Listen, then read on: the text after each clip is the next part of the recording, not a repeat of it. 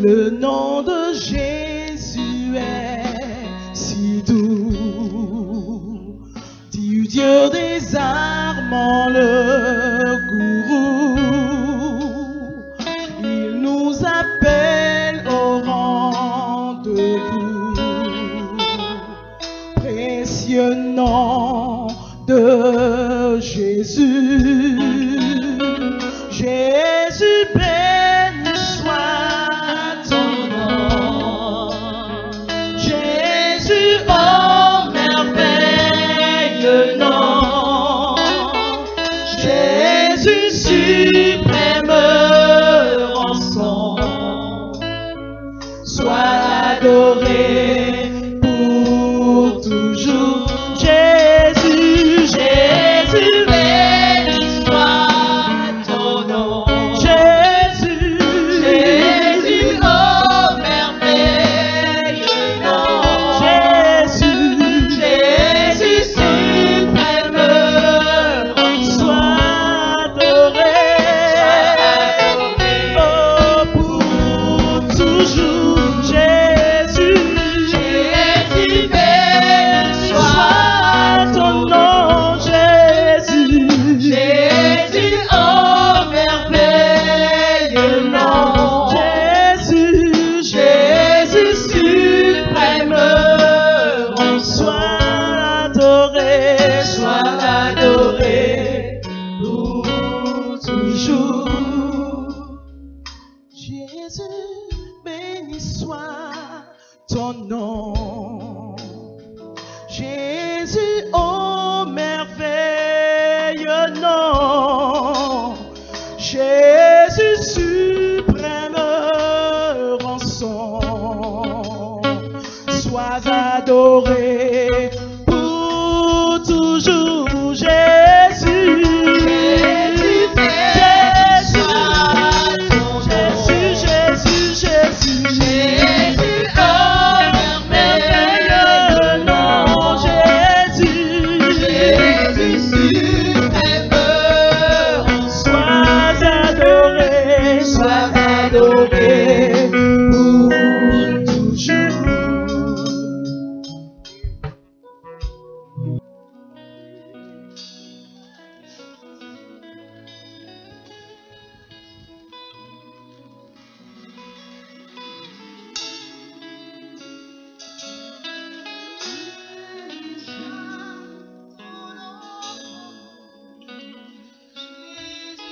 Ok. C'est beau.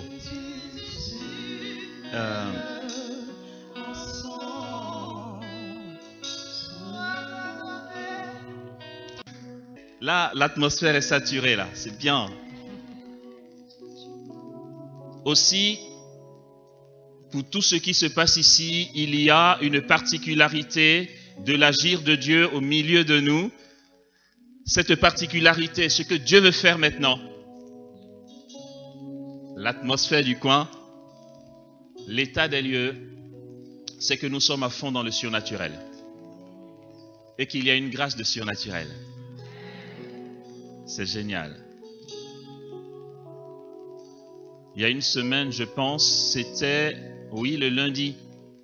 Nous étions, mes frères et sœurs et moi, à Koumassi, à la fraternité, si je ne me trompe pas, Feu, Lumière, enfin voilà. Et puis là-bas, c'était à peu près la même chose que Jésus veut faire ici.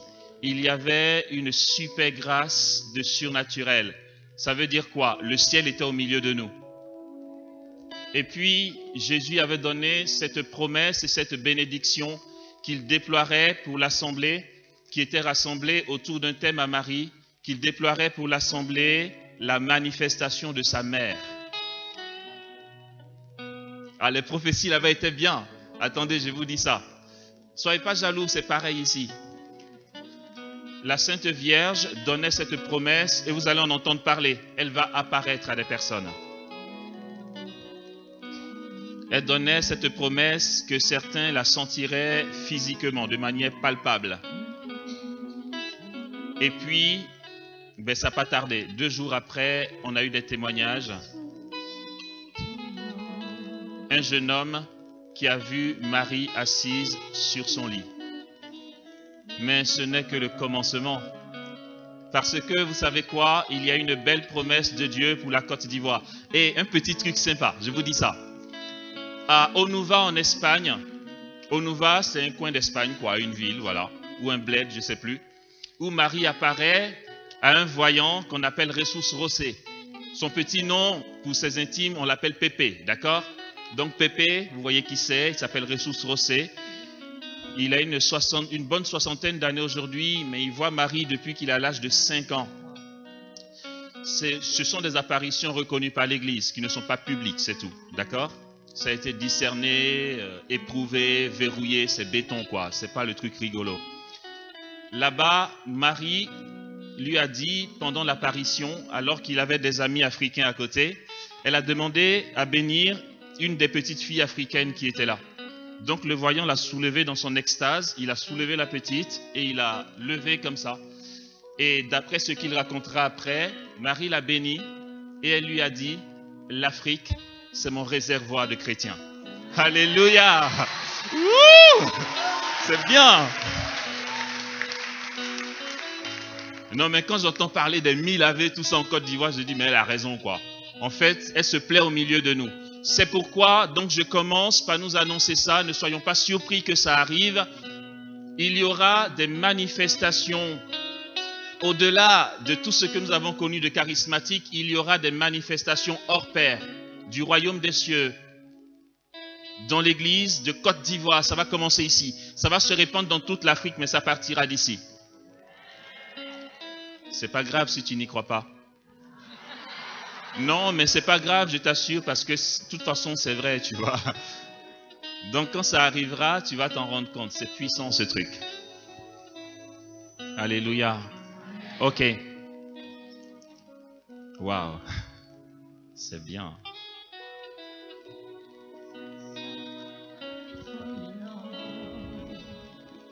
Jésus, ô merveilleux nom, Jésus suprême rançon, sois adoré pour toujours, Jésus. Jésus, béni soit ton nom, Jésus, Jésus, ô merveilleux nom, Jésus, Jésus suprême rançon, sois adoré pour toujours.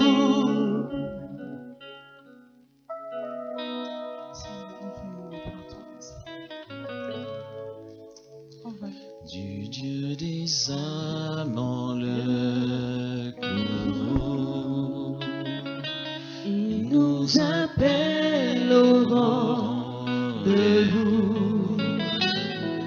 Précieux nom de Jésus, j'aime ce nom dans le chagrin. Il me soutient sur le chemin. Sa musique est un son divin. Précieux nom de Jésus, Jésus, Jésus, béni soit ton nom, Jésus, Jésus.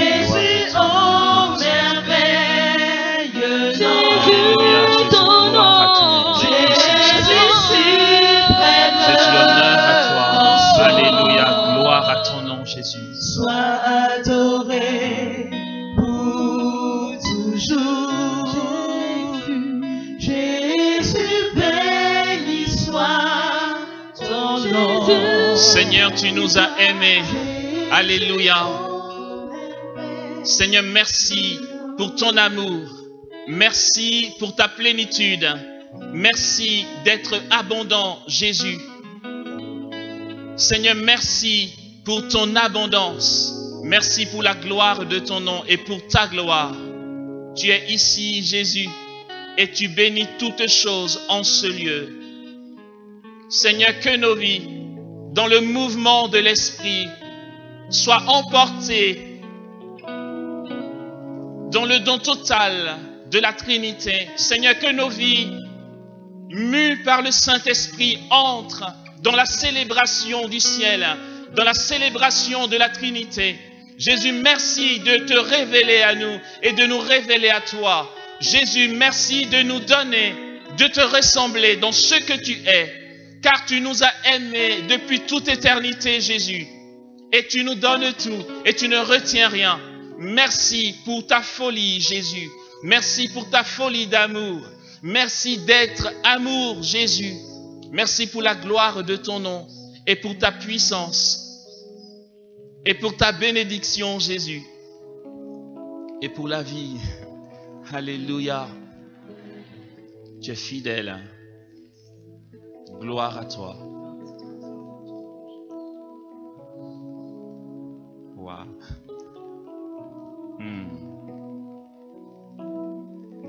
Seigneur, que ta parole soit une source.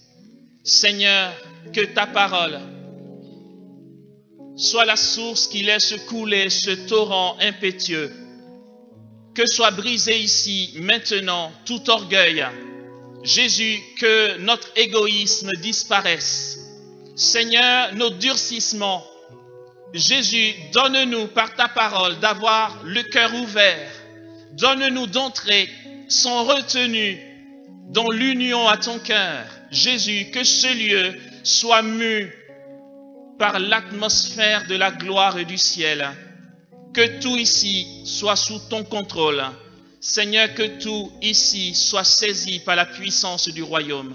Merci de manifester la puissance de ton nom dans ta parole, dans ce lieu, pour chacun d'entre nous, aujourd'hui, ici et maintenant. Alléluia.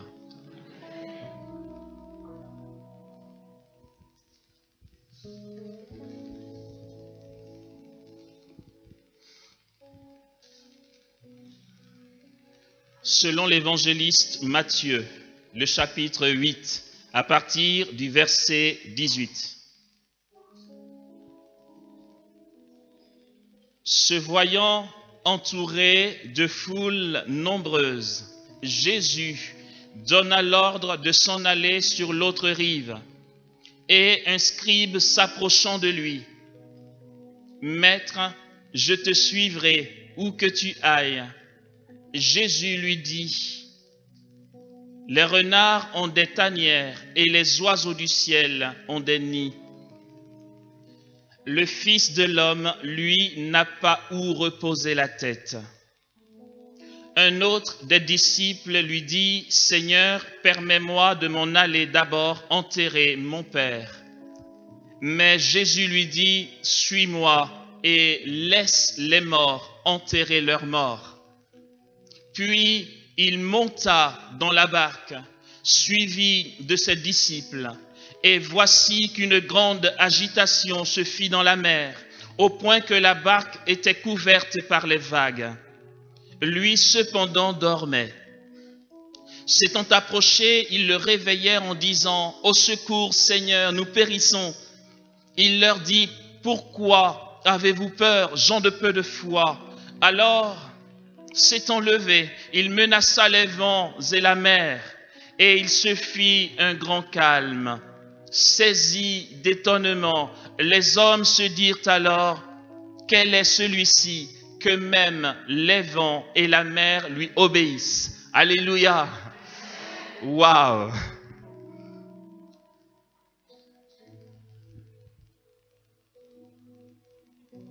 Jésus dit à ses disciples, « J'ai encore beaucoup à vous dire, mais vous ne pouvez pas le supporter maintenant. » Et comme nous ici aujourd'hui, frères et sœurs, nous sommes sans le Saint-Esprit très loin de ce que peut nous enseigner Dieu. Nous sommes très loin de comprendre ce qu'est le mystère du Dieu qui s'est révélé à nous. Nous ne comprenons pas grand-chose. Aussi, nous perdons du temps et nous tâtonnons et rien ne se passe dans nos vies que nous souhaiterions voir. Parce que nous n'avons pas compris le mode d'action et d'opération de Dieu, frères et sœurs. Il y a quelque chose d'incroyable, quelque chose qui dépasse l'entendement humain. Jésus, le Dieu qui s'est révélé à nous, selon ce que dit Jean dans son prologue, Dieu, nul ne l'a jamais vu. Mais le Fils, l'unique engendré, qui est tourné vers le sein du Père, lui nous l'a fait connaître.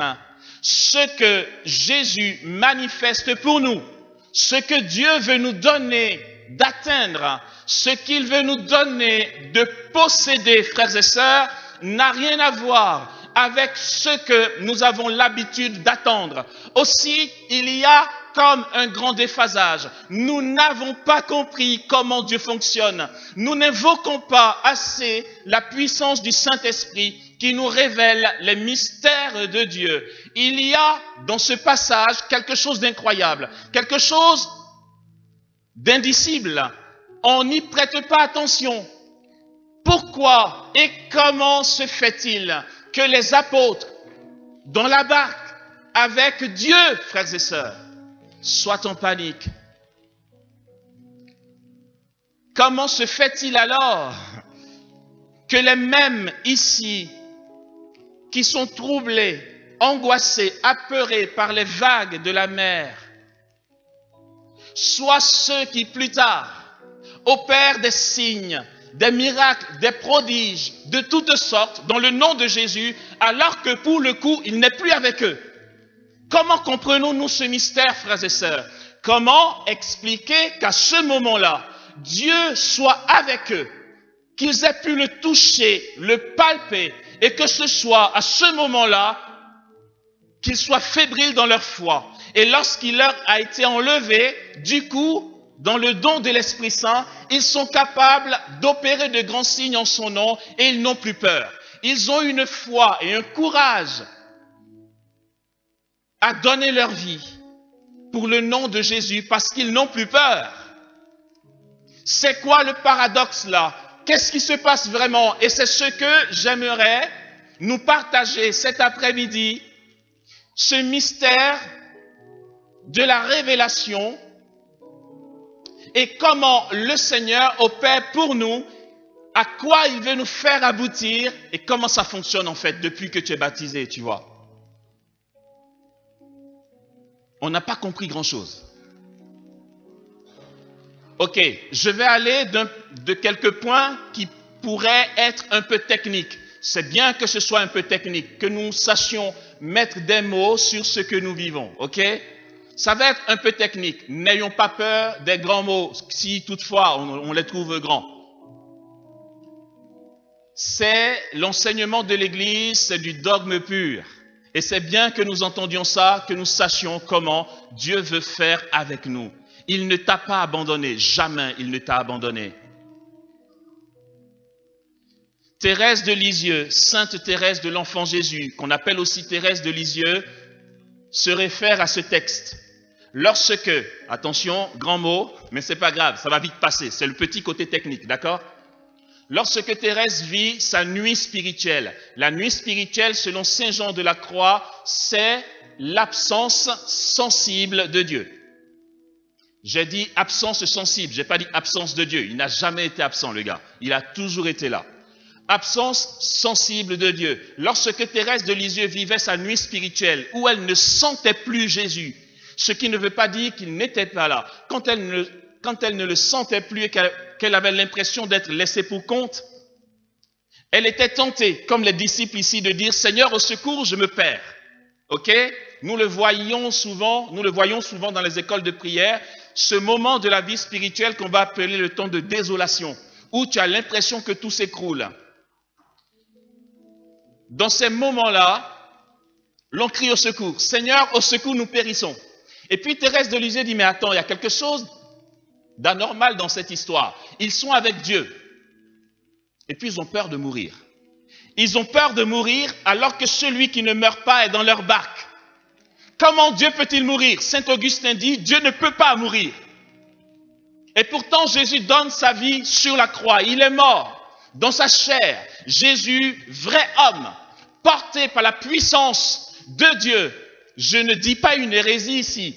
Jésus, vrai homme, porté par la grâce du Fils éternel du Père, qui était dans la même personne, une personne en deux natures. Ce Jésus, vrai homme, donne sa vie et il meurt. Mais Dieu ne meurt pas, dit saint Augustin. Comment peut-on avoir peur de mourir alors que nous sommes dans la même barque que celui qui ne meurt pas? Et Thérèse de Lisieux dit, je ne vais pas paniquer, je ne te sens pas, je ne te vois pas. Tu vois, ça fait un moment que je n'ai pas senti l'onction. Là, je paraphrase un peu. Un moment que je n'ai pas senti tous les frissons, toute la chaleur que donne le Saint-Esprit. Mais là, je ne veux pas crier au secours. Je ne vais pas faire comme les disciples qui t'ont réveillé en panique en disant « Réveille-toi, nous sommes en train de périr ». N'ont-ils pas compris, dit-elle, que tu n'as pas d'endroit où reposer la tête? Et que les renards ont des tanières et les oiseaux du ciel des nids, mais que toi, tu n'as pas où reposer la tête. Elle dit, Jésus, tu es mon bien-aimé, je suis ta bien-aimée. Tu sais quoi? Je suis tenté de paniquer, mais je ne panique pas. Dans ma barque, en ce moment, tu es en train de dormir. Je ne vais pas te réveiller. Chez moi, tu es chez toi. Tu peux dormir. Si je meurs, on meurt ensemble. Ça, c'est Thérèse de Lisieux. Je ne veux pas te réveiller, dit-elle. Mais pourquoi, frères et sœurs, pourquoi paniquons-nous? Comment se fait-il alors que nous soupçonnions Dieu de nous abandonner? Il est le maître de la vie et en nous, le souffle est le souffle de la vie. L'âme, principe de vie, est mue par le Saint-Esprit. Lorsque Dieu a façonné Adam, il lui a insufflé le souffle de vie. Depuis que je respire, depuis ma naissance jusqu'à maintenant, je suis cerné de toutes parts par la présence de Dieu. Comment puis-je soupçonner qu'il m'abandonne? C'est impensable. Et pourtant, dans la doctrine de Saint Jean de la Croix, je continue le côté technique. Lorsqu'il parle des nuits de l'Esprit, frères et sœurs, il nous dit ceci. Le Seigneur nous appelle à une plus grande gloire. Lorsque, comme Thérèse de Lisieux, son bien-aimé connaît une absence sensible de sa présence, Saint Jean de la Croix l'appelle un trop-plein de lumière. Dieu s'est trop approché de toi. Quand Dieu se rapproche de toi, tu ne sens plus rien. Tu ne vois pas. Saint Jean de la Croix, docteur de l'Église, dit que la nuit spirituelle, c'est un trop-plein de Dieu, un trop-plein de lumière. Lorsque tu as l'habitude de tâtonner dans des éclats à dessous, des choses au rabais, et que d'un coup, la lumière par excellence se rapproche, tu es perdu, tu ne vois plus rien, jusqu'à ce que tout ton être s'apprivoise à cette présence du royaume des cieux. C'est pourquoi ce qu'on va appeler, je continue le côté technique, ce qu'on va appeler le Dieu immanent, désolé, je vous embrouille cet après-midi. En théologie, on va dissocier le Dieu dans la révélation et le Dieu immanent. Le Dieu immanent, je vais vous dire, en théologie, on dit le Dieu dans la révélation, le Dieu dans l'économie du salut, c'est le Seigneur qui se révèle à nous, qui se révèle ce qu'il faut pour qu'on soit sauvé. Après, lorsque nous le verrons tel qu'il est dans la vision béatifique, le face à face, nous connaîtrons le Dieu immanent. Dieu quoi? En fait, ah ouais, tiens, en fait, t'es comme ça. Oui. L'union au Dieu immanent. Or, Jésus, vrai Dieu et vrai homme avec les apôtres, était le Dieu immanent. Son enseignement, ses actes, sa passion, sa mort, sa résurrection vont constituer la révélation pour notre salut. Mais lui, vrai Dieu et vrai homme, était le Dieu immanent. Voici ce qui se passe lorsqu'on côtoie le Dieu immanent. Tiens-toi bien, je t'assure, peut-être que tu seras déçu, mais c'est bien que tu saches. Lorsque tu côtoies le Dieu immanent, tu perds pied. Plus Dieu est proche et plus tu paniques. Ils sont avec Dieu, ils peuvent le toucher et ils paniquent. Quand Dieu leur a été enlevé, à la Pentecôte, ils sont devenus super extra dans les miracles. C'est incroyable. Mais ça vient d'où ce truc? C'est quoi ce mystère? Saint Bonaventure va parler de la nourriture spirituelle et de sa perception. Ou encore, la spiritualité carmélitaine va parler de la grâce acquise et de la grâce infuse. Ouh. Amos, bon, tu ne veux pas finir maintenant le côté technique parce que ça devient un peu... L'union au Dieu immanent nous produit une paix, je dis la paix, non pas comme celle que le monde nous donne, une paix qui s'apparente à une apathie. Ça veut dire une absence de passion. L'union, j'aurais dit ça, au Dieu immanent nous procure une paix qui s'apparente à l'apathie, l'absence de passion. Vas-y dans un monastère et puis demande à voir le père prieur, tu vas voir. Le mec, il est au monastère tous les jours, quand tu fais la vadrouille ici, lui, il est devant Jésus, il est contemplatif. Il est tellement à fond dedans que quand tu le vois, tu as l'impression que le mec, il n'a pas d'émotion.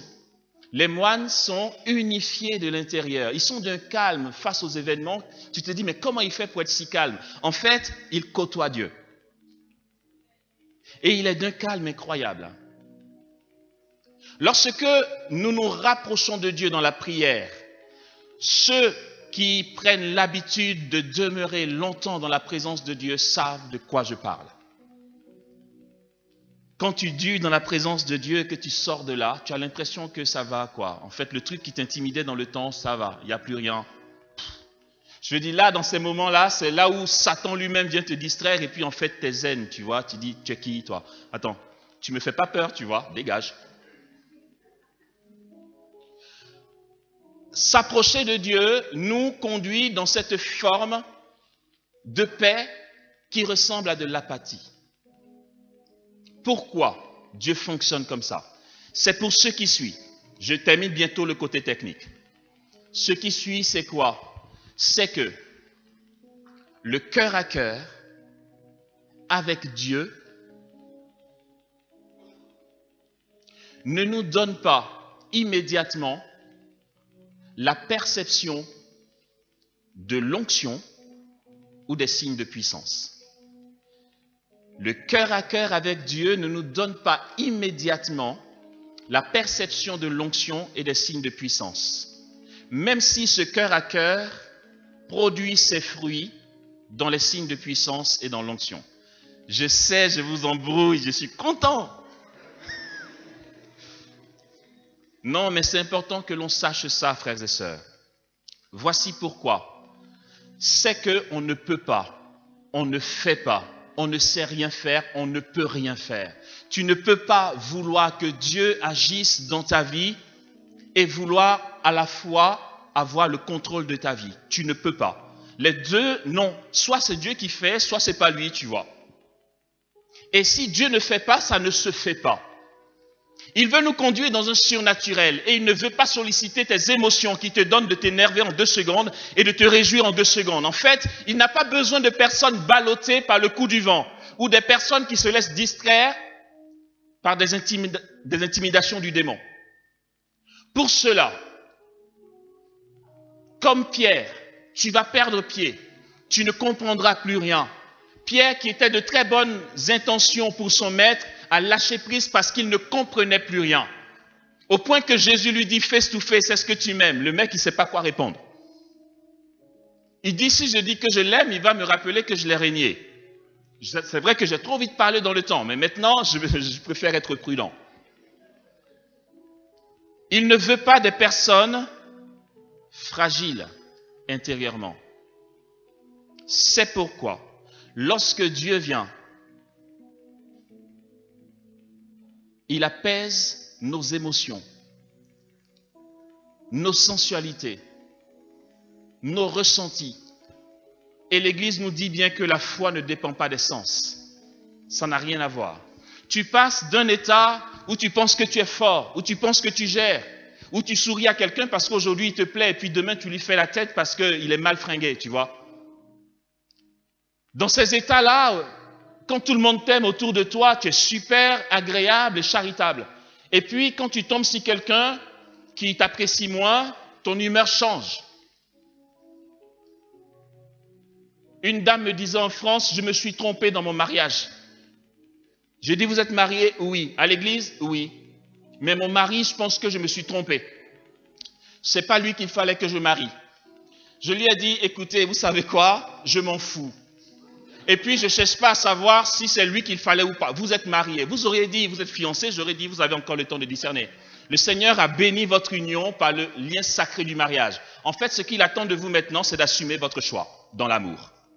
Donc, est-ce que c'est lui qu'il vous faut ou pas? Là, c'est trop tard pour y penser. Maintenant, tu assumes, tu vois.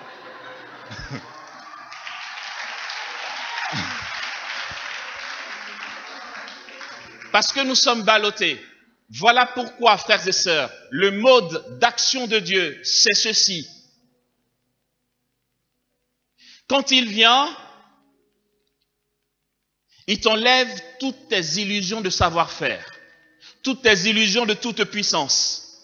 Comme dit la même Thérèse de Lisieux, toutes nos vertus n'ont pas de valeur à tes yeux. Aussi, Jésus, ma vertu, c'est toi. Il t'enlève ça et tu ne maîtrises plus rien. Tu as l'impression que tout s'écroule. La bonne nouvelle ce soir, c'est que jamais il ne t'a abandonné. Tu vas dire, mais je prie beaucoup, Amos. Oh, je fais même 10 000 Ave. Et puis j'ai l'impression qu'il n'y a rien. Mais c'est une bonne nouvelle. Ne sais-tu pas que plus il se rapproche et moins tu sens? Jusqu'à ce qu'à un moment, tu sois dans une évidence. Et ça ne dépend pas des sens. Tu sois dans une évidence, et là je rentre à fond dans le thème Rehoboth. Frères et sœurs, c'est une bénédiction.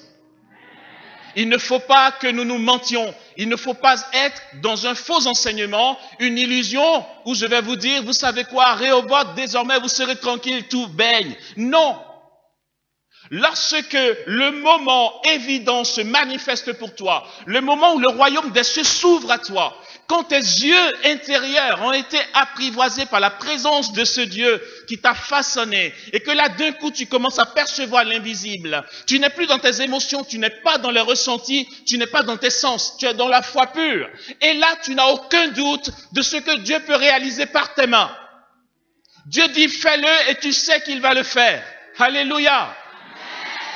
Il y a 2 semaines, nous étions à Songombraté, sur la route de Dabou, invités par mon frère Laurent Marie. Et c'était puissant là-bas, c'était génial. Non mais écoutez, c'était vraiment bien quoi. Au point que le temps passait, et puis il se disait, mais le mec il va prêcher ou pas? Je prêchais pas encore, parce que je préfère écouter le maître, c'est génial. Je vais te dire comment ça fonctionne. Et là-bas, et puis les gens trouvaient ça curieux. Les gens se disent, mais attends, qu'est-ce qu'il raconte là, le mec? Et puis, je ne m'inquiète pas parce que Jésus veut faire. C'est quoi? Je leur dis, écoutez, l'atmosphère était une atmosphère de miracle. Alors, il était 1h du matin. Ils ont dû se dire, il a sommeil, il dit n'importe quoi. C'était une atmosphère de miracle. Et voici ce que Jésus voulait faire. Je ne vais pas dire voici ce que je leur ai dit. Bien sûr, je le leur ai dit parce que Jésus voulait le faire. Ce que Jésus voulait faire. Et c'était béton. En fait, c'était béton quoi. Je leur ai dit, il y a une atmosphère de miracle. Aussi, pour que la guérison s'opère, voici ce qui va se passer. C'est bien. Je ne vais pas dire je me sentais investi. J'étais investi. C'est objectif, voilà. Je ne peux pas dire autre chose, c'était le cas. Jésus voulait que celui qui me touche guérisse. Eh oui, vous voyez, c'est bien.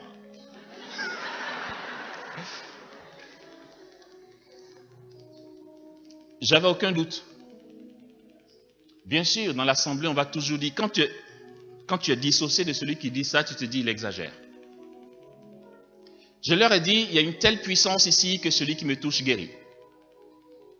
Mais comme il y avait plus de 1000 personnes, Jésus m'a proposé une démarche prophétique pour que ce soit abondant. Voici ce que Jésus voulait faire et ce qu'il a réellement fait. Je leur ai dit, puisqu'il m'a investi et que si quelqu'un me touche, il guérit, je vais distribuer. Donc je leur ai dit, voyez les arbres qui sont autour de vous? Ok, je vais toucher chaque arbre et dans l'arbre rentrera l'onction de guérison.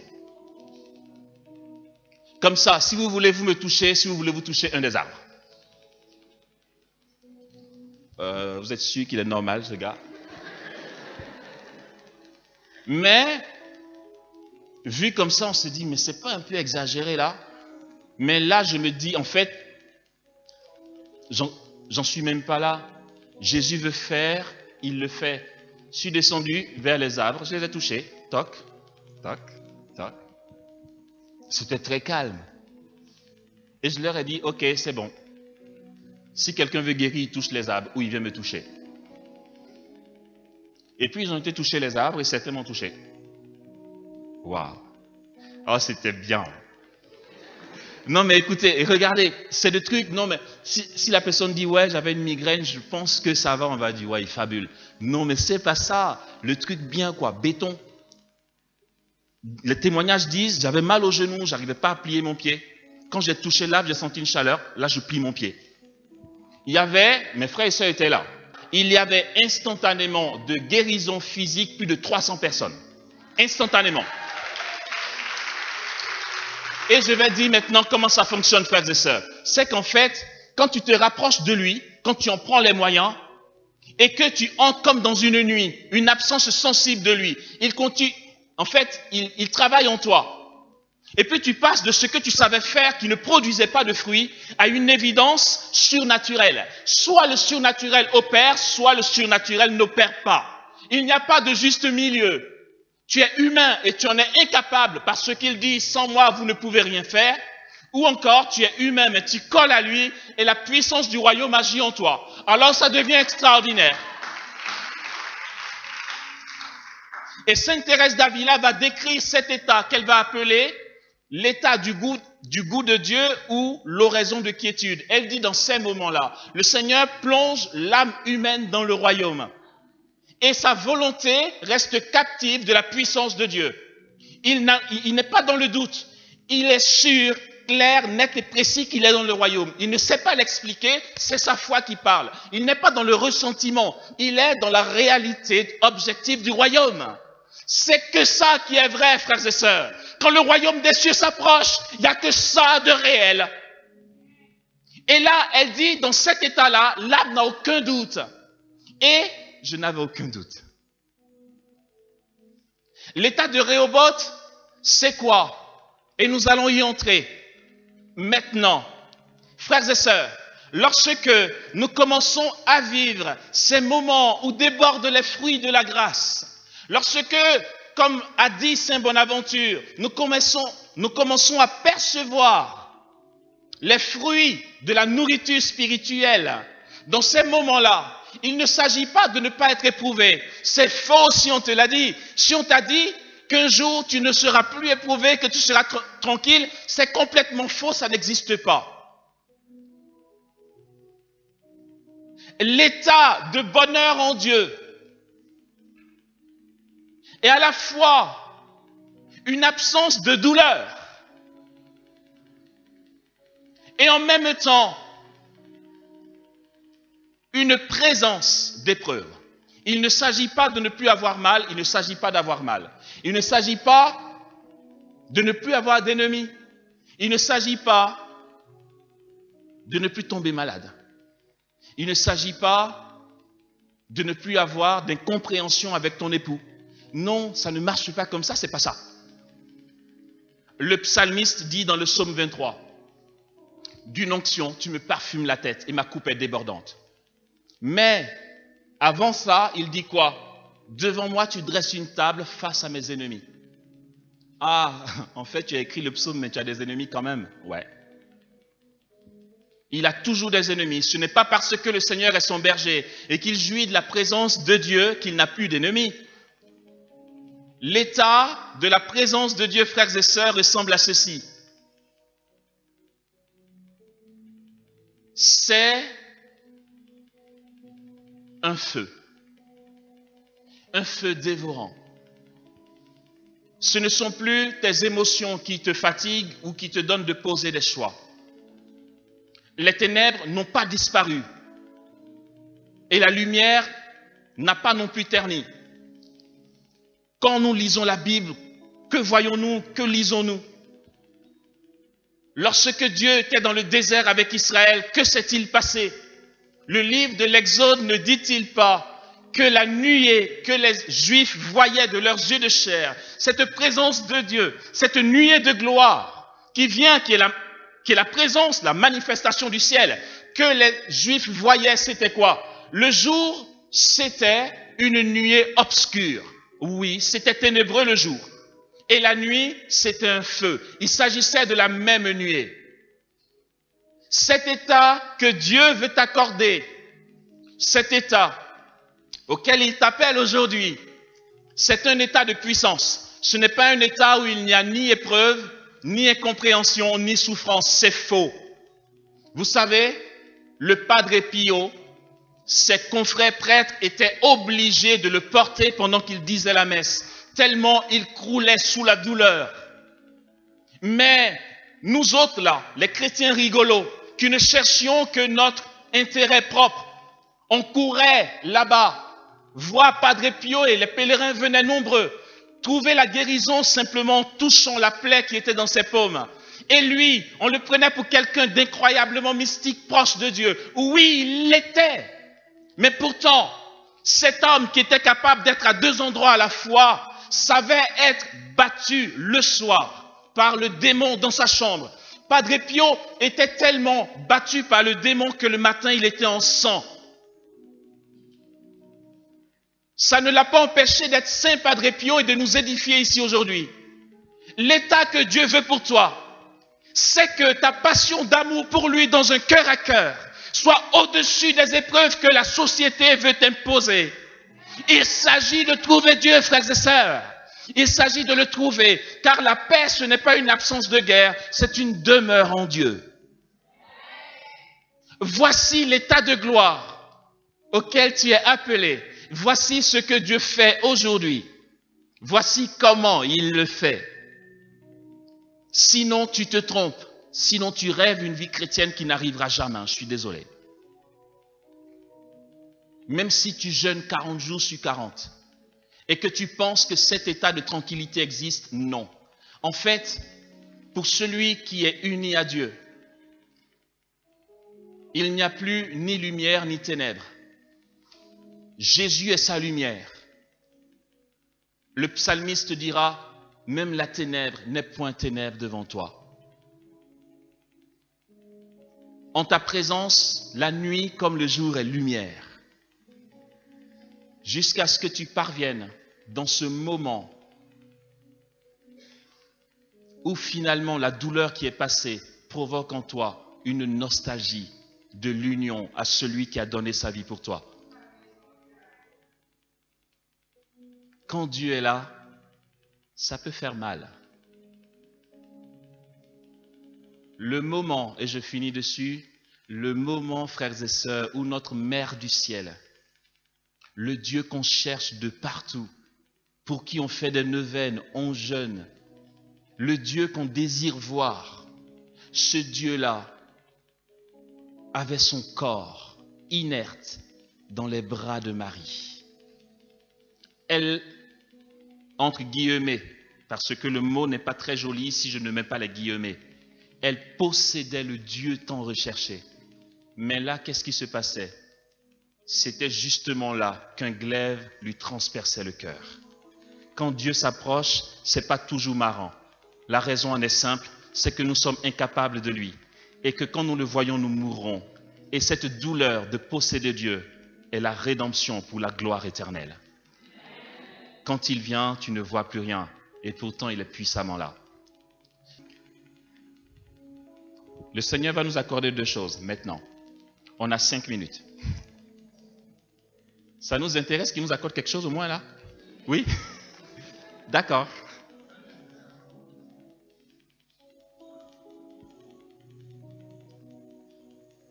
Waouh. On est dans le surnaturel là. Je vais prophétiser maintenant. Les deux choses que Dieu va nous accorder, c'est le relèvement primo.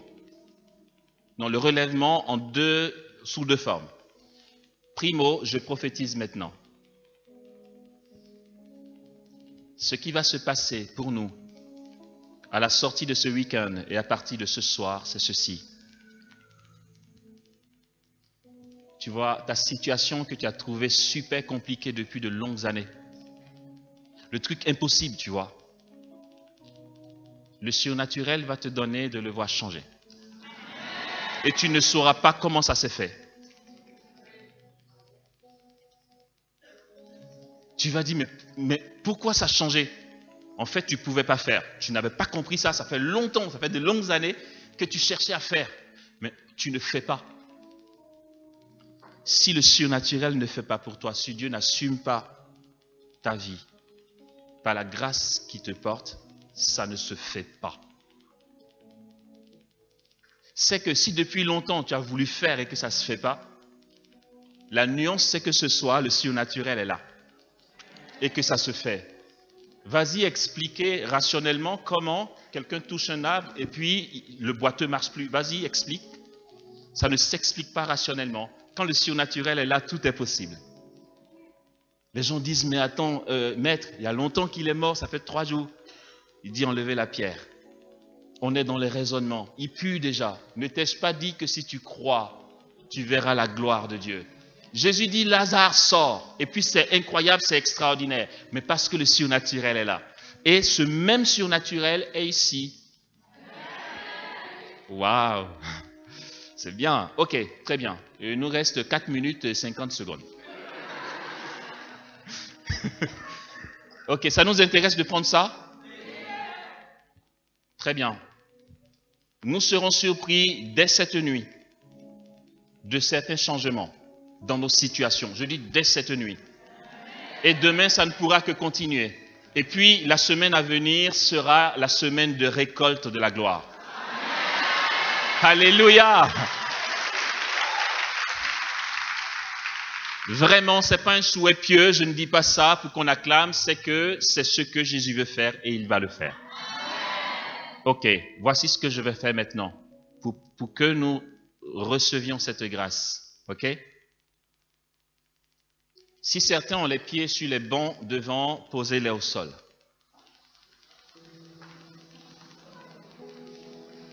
Je vais poser ma main par terre et la grâce passera par le sol et vous rejoindra. C'est pourquoi c'est important qu'on ait les pieds. Vous pouvez laisser les chaussures, il n'y a pas de souci. Mais...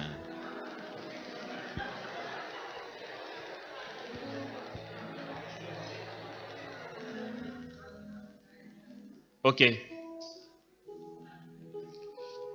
Une fois que c'est fait, si vous voulez bien, on va ouvrir les mains comme ça, en signe d'accueil. Et puis, ça va être incroyable. Je bénis Dieu pour tout ce qu'il va débloquer là. J'ai commencé par le côté technique pour qu'en dehors du séminaire, nous sachions ce que Dieu attend de nous. Même si, étant ici, il aimerait que nous soyons consolés de tout ce qui nous contrarie et tout ce qui nous pèse comme fardeau. D'accord? Ok, recevons maintenant. Beaucoup seront saisis par le feu quand je vais poser ma main au sol. Ne vous étonnez pas. Ton dos va chauffer, certains ce seront les mains, d'autres les bras, les épaules, le cœur, les entrailles, et le feu va se répandre. Ça va se faire en même temps, ok? La puissance de Dieu nous saisit, ça sera le signe qui s'occupe de nous et de nos situations. Merveilleux, tu es plus grand que ce que l'on dit. Wow. Tu es plus grand que ce fait. que l'on dit. Wow. Jésus-Christ, tu es plus grand que ce que l'on dit. Tu es excellent, tu es merveilleux, tu es plus grand que ce que l'on dit. Jésus, tu es excellent, tu es merveilleux, tu es plus grand que ce que l'on dit.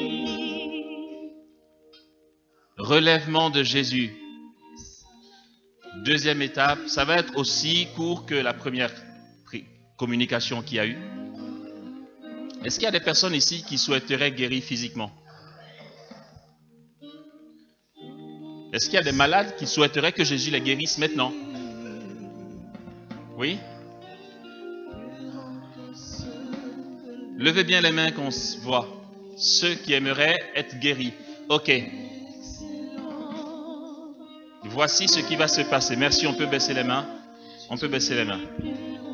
Voici ce qui va se passer maintenant. Je prophétise encore. Tu as mal quelque part, vous pouvez baisser les mains, il n'y a pas de souci. Je prophétise. Je vais poser le même geste à nouveau pour notre guérison. Vous allez voir certains qui ont des problèmes d'articulation, aux genoux, au coude ou ailleurs, des fibromes, des douleurs, des tumeurs, les maladies dites incurables. Si tu avais mal quelque part au dos, quel que soit ce que c'est, tu vas voir, Jésus veut le faire. Donc ne commence pas à te dire, qu'est-ce qu'il raconte, est-ce que ça va se faire? Il veut le faire, il le fera. Il va le faire tout de suite. Il veut te guérir maintenant. Quand je vais poser ma main au sol, il va fonctionner pareil. La puissance de guérison passera par le sol pour votre guérison. Et certains vont avoir même la sensation qu'il y a une main qui est en train de remettre des choses à l'intérieur d'eux. Et vous serez guéris instantanément pour beaucoup. Et Jésus déclenchera des processus de guérison pour d'autres. Ok? On y va? Ok. Tu vas poser ta main sur ta partie malade. Si c'est un endroit trop embêtant, tu poses ta main sur ton cœur. Et nous accueillons maintenant cette guérison. Ça va être instantané. Jésus, merci de le faire. Tu es plus grand que ce que l'on dit. Jésus, tu es excellent. Tu es merveilleux. Tu es plus grand que ce que l'on dit. Je sais, il me reste 2 minutes maintenant. Non, mais je finis. Je finis. Ok. C'est bon, on peut enlever les mains. Je dis juste ceci et je pose le micro. C'est fait. Vous voyez? Voilà. Quand le surnaturel fait, c'est fait. Ça se passe comme ça. Beaucoup ont leurs douleurs qui ont disparu. Si vous vérifiez, vous allez voir. Si tu avais mal quelque part, regarde, vérifie. C'est parti. Jésus fait ça. Et il a aussi déclenché un processus de guérison pour plusieurs. Vous verrez dans les jours et semaines à venir, les heures et jours à venir, voilà, que vous êtes complètement restaurés. Tu vois, c'est parti, ta douleur a disparu. Alléluia.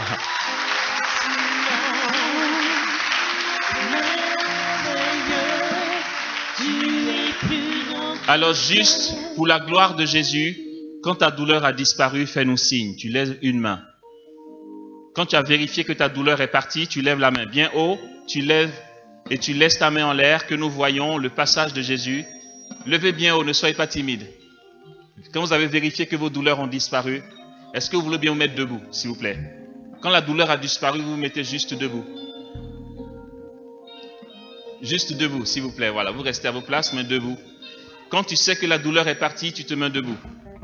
Même si tu le constates dans les secondes après, on se met debout, voilà, pour la gloire de Jésus. Jésus, merci de verrouiller, de sceller par ton sang les grâces reçues. Merci aussi pour tout ce que tu as décanté de situations dans nos vies. Merci pour la puissance de l'Esprit qui agit en nous. Pour la gloire de Jésus, maintenant, je vais demander à tout le monde de lui dire merci, en levant la main et en le célébrant. Merveilleux. Tu es plus grand que ce que l'on dit. Dis-le de tout ton cœur, pour la gloire de Jésus. Alléluia. Tu es plus grand que ce que l'on dit. Jésus, tu es excellent. Tu es Jésus.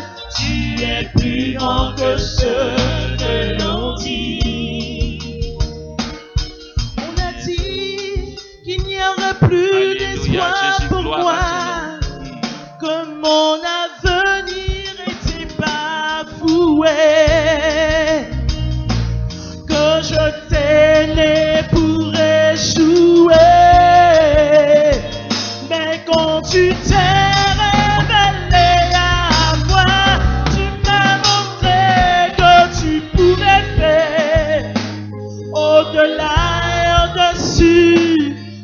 ce que je pouvais penser ou imaginer. Tu es